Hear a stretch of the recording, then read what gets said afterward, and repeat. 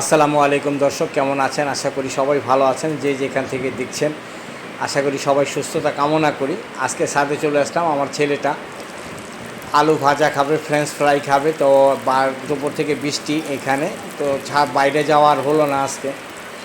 তো বাসায় আমার পরিবার চিন্তা করলো যে ছেলেটাকে ছাদেই ফ্রেঞ্চ ফ্রাই ভেজে দেবে। সেই জন্যই ছাদে ওঠা। আমার ছাদের উপর একটা মাটির চুলা আছে, সেইখানেই এই ফ্রেঞ্চ ফ্রাই ভেজে তাকে প্রাকৃতিক পরিবেশে খাওয়ানোর উদ্দেশ্য। তো সবাই দেখতে থাকেন, ভালো লাগবে আশা করি। ভাই, গরিবের ফ্রেঞ্চ ফ্রাই ছাদে ভাজা হলো। চুলাটা দেখাও, এখনও চলছে।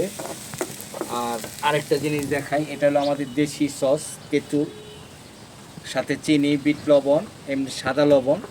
এখন আমার ছেলেটাও বসে আছে খাওয়ার অপেক্ষায়। তাকে আমি আগে পহেলা একটা খাওয়াই দিই। বিসমিল্লাহ করো। কিরকম রায়ান? মজা? দেখি আমি একটা। বিসমিল্লাহ।